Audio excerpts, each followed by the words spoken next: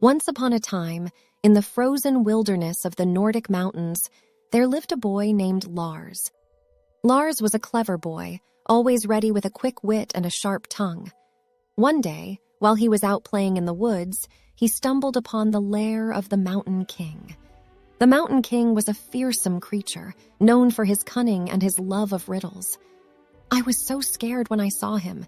He was huge and powerful, and I thought he would eat me alive. But the Mountain King was in a playful mood that day, and he challenged Lars to a game of riddles. If Lars could answer 3 of the Mountain King's riddles correctly, he would win a great treasure. But if he failed, the Mountain King would take him as his prisoner. I knew I had to be careful. The Mountain King was famous for his tricky riddles, and I didn't want to get caught in his trap. The Mountain King asked his first riddle. "What is it that is always in front of you but can't be seen?" Lars thought for a moment and answered, "The future." The Mountain King was impressed. He asked his second riddle, "What has a head, a tail, is brown, and has no legs?" Lars knew this one too. "A penny," he said confidently. The Mountain King was getting frustrated by now. He asked his final riddle, thinking it would be the one to stump me. The Mountain King asked his third riddle, "What is so fragile that saying its name breaks it?" Lars had no idea what the answer could be.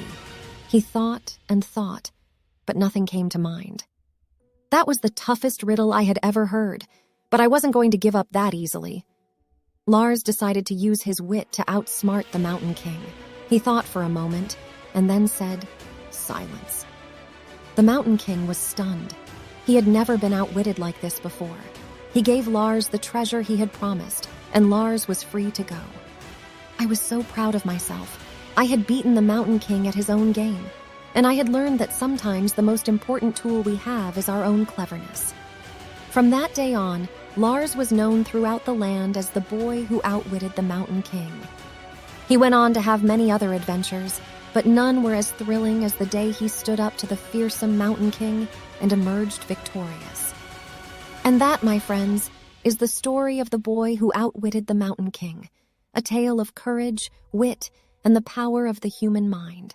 May we all remember the lessons Lars taught us and strive to be as clever and resourceful as he was.